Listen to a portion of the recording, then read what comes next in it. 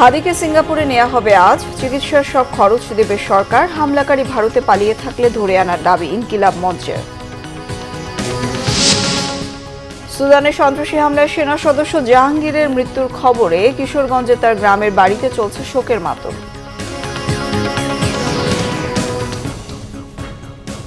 Round cement সংবাদ শিরোনাম দেখছিলেন, এবার বিস্তারিত।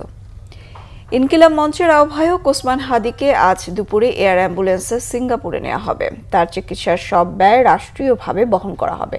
হাদির চিকিৎসা প্রক্রিয়া সার্বক্ষণিক পর্যবেক্ষণে রাখতে সংশ্লিষ্টদের নির্দেশ দিয়েছেন প্রধান উপদেষ্টা ডক্টর মোহাম্মদ ইউনূস।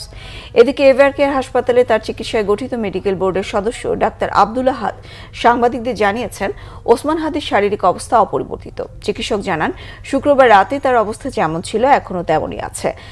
গতকাল সকালে হাদের একটি সিটি স্ক্যান করা হয়। তার রিপোর্ট পর্যালোচনায় দেখা গেছে এখনো আশঙ্কামুক্ত বলা যায় না বলে জানান ডাক্তার আহাদ। বুলেটের বেশ কিছু অংশ বের করা হলেও একটা অংশ মস্তিষ্কের ভিতরে এমন জায়গায় রয়ে গেছে যেখানে অস্ত্রোপচার করা সম্ভব নয়। দর্শক, রাজধানী এভার কেয়ার হাসপাতালের সামনে এই মুহূর্তে আছেন আমাদের বিশেষ প্রতিনিধি গোলাম ময়নুল আহসান, যুক্ত চিতার সঙ্গে। আহসান, ওসমান হাদিকে সিঙ্গাপুরে কখন নেওয়া হতে পারে সে ব্যাপারে আপনি কি জেনেছেন, বিস্তারিত জানাবেন।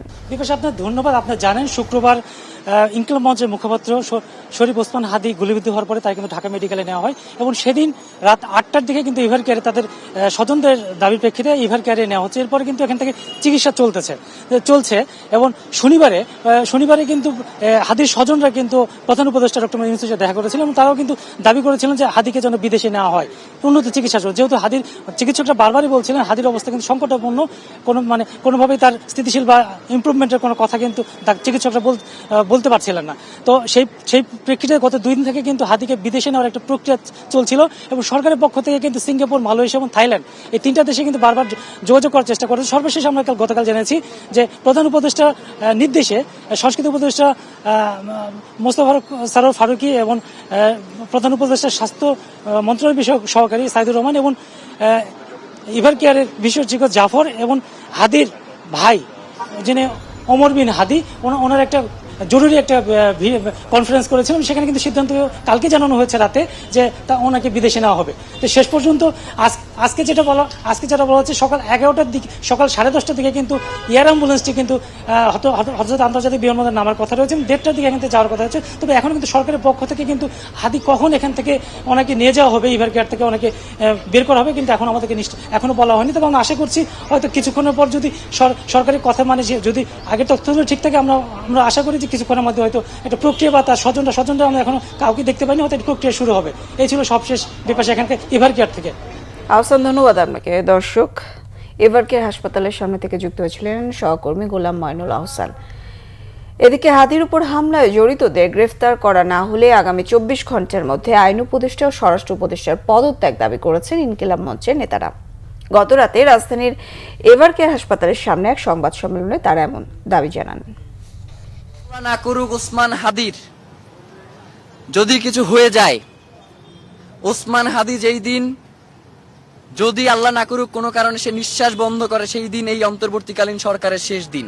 যদি সত্যি ভারতে এই খুনি পালিয়ে থাকে, তাহলে যেন অতি দ্রুত বাংলাদেশ সরকারের পক্ষ থেকে ভারতকে আহ্বান জানানো হয় খুনিকে হস্তান্তরের ব্যাপারে। এবং এই ব্যাপারে যদি ভারত অসহযোগিতা প্রকাশ করে, তাহলে ইনকিলাব মঞ্চ বাংলাদেশের সকল বাংলাদেশপন্থী জনতাকে নিয়ে ঘোষণা করছি যে বাংলাদেশে ভারতীয় দূতাবাসের আর কোনো কার্যক্রম চলতে দেয়া হবে না। আপনারা ওসমান হাদির নিরাপত্তা নিশ্চিত করতে পারেন না, অথচ আপনারা বলেন ফেব্রুয়ারির 12 তারিখে আপনারা নাকি নির্বাচন করবেন। এক আসনের প্রার্থীর আপনারা নিরাপত্তা নিশ্চিত করতে পারেন না, আর 300 আসনে আপনারা ইলেকশন করবেন এবং সেই ইলেকশন সুষ্ঠু হবে, কোনো ঝামেলা হবে না এবং সবথেকে সুন্দর নির্বাচন হবে। এমন কথা যখন আপনারা বলেন, তখন আপনাদের মুখে আমাদের থুতু মারতে ইচ্ছে হয়। আমরা স্বরাষ্ট্র উপদেষ্টা এবং আইনমন্ত্রী এই 2 জনেরই পদত্যাগ দাবি করছি। মাত্র মাসখানেক আগে শান্তি মিশনে দেশ ছাড়েন সেনা সদস্য জাহাঙ্গীর আলম। সুদানে সন্ত্রাসী হামলায় অপ্রত্যাশিত মৃত্যুর খবরে যেন আকাশ ভেঙে পড়ল কিশোরগঞ্জে তার স্বজনদের মাথায়। গ্রামের বাড়িতে চলছে শোকের মাতম। মৃতদেহের অপেক্ষায় স্বজনরা। প্রতিনিধি নাসিম খানের তথ্য ও মোহাম্মদ মনির হোসেনের ছবিতে ডেস্ক রিপোর্ট। কারণে ফোরজি আছে তো। স্ত্রী আর 3 বছরের ছেলে ইরফানকে রেখে 1 মাস আগে দেশ ছাড়েন জাহাঙ্গীর আলম। এরই মধ্যে এলো দুঃসংবাদ, বাড়িতে এখন শুধু কান্না আহাজারি। বারবার মূর্ছা যাচ্ছেন স্ত্রী রুবাইয়া আক্তার, কান্না থামছে না মা পরি বেগমের।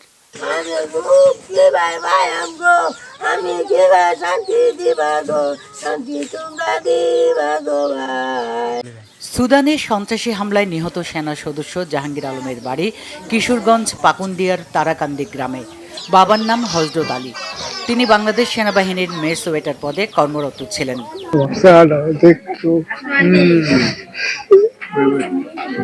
2014 সালের অক্টোবর মাসে সেনাবাহিনীতে সৈনিক পদে যোগ দেন জাহাঙ্গীর আলম।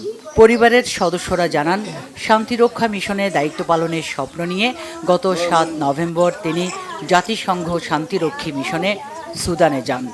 লাশের ব্যাপারে লাশটা যেত তাড়াতাড়ি আমরা আমরা সবাই দেখার লাগে অপেক্ষা।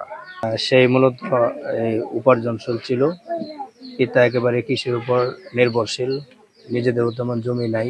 সরকারের কাছে আমাদের প্রত্যাশা থাকবে ওনার ফ্যামিলির ছেলে আছে, বউ আছে, ওনাদের যাতে একটা সম্মানজনকভাবে বেঁচে থাকতে পারে। জাহাঙ্গীরের মৃত্যুর খবর শোনার সাথে সাথেই পরিবারের লোকজনের সাথে যোগাযোগ করেছেন পাকুন্দিয়া উপজেলা নির্বাহী কর্মকর্তা।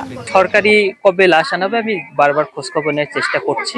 সরকারের যে অন্যান্য সহযোগিতাগুলো সরকারের পক্ষ থেকে তুলে দিবে সেগুলো যথাসময় আমি তাদের কাছে পৌঁছায় দেবো, এবং উপজেলা প্রশাসন ব্যক্তিগতভাবে এই পরিবারের পাশে সবসময় আছে। 3 ভাইয়ের মধ্যে জাহাঙ্গীর আলম ছিলেন মেঝো, বড় ভাই মোহাম্মদ মোস্তফা প্রবাসী, ছোট ভাই শাহিন মিয়া করেন কৃষিকাজ। Bangla vision news desk. এই ছিল এখনকার মতো। পরের সংবাদ সকাল 11টায় দেখার আমন্ত্রণ রইল।